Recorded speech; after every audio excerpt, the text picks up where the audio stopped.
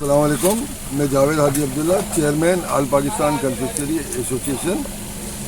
میں پرزور الفاظ میں مذمت کروں گا حکومت کے حالیہ جو انہوں نے بم گرایا ہے پیٹرول کا. پیٹرولیم مصنوعات کی وجہ سے مہنگائی کا وہ طوفان اٹھے گا کہ الامان الحفیظ, کیونکہ صرف یہ پیٹرول ہی اور ڈیزل ہی کام میں نہیں ہے. اس کے علاوہ اس کی دیگر جو مصنوعات ہیں, بالخصوص پیکیجز کا جو شعبہ ہے وہ بڑا متاثر ہوگا. اور جب پیکنگ کی کاسٹ بڑھے گی تو ہر چیز بڑھے گی. اس کے علاوہ جب کرائے بڑھیں گے اور فریٹ اس کا بڑھے گا, تو میں سمجھتا ہوں کہ حکومت کو ملک کے بہتر معاشی سسٹم کے لیے اپنے اس فیصلے پر نظر ثانی کرنی چاہیے اور اس فیصلے کو واپس لینا چاہیے. اور لاک ڈاؤن کے حوالے سے انتہائی غلط پالیسی ہے.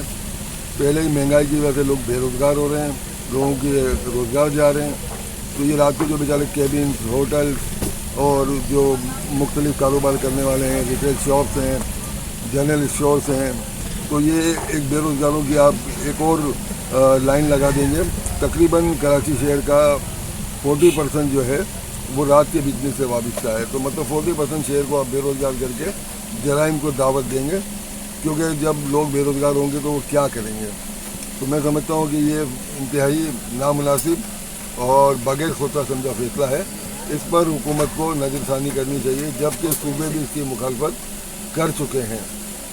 جزاک اللہ.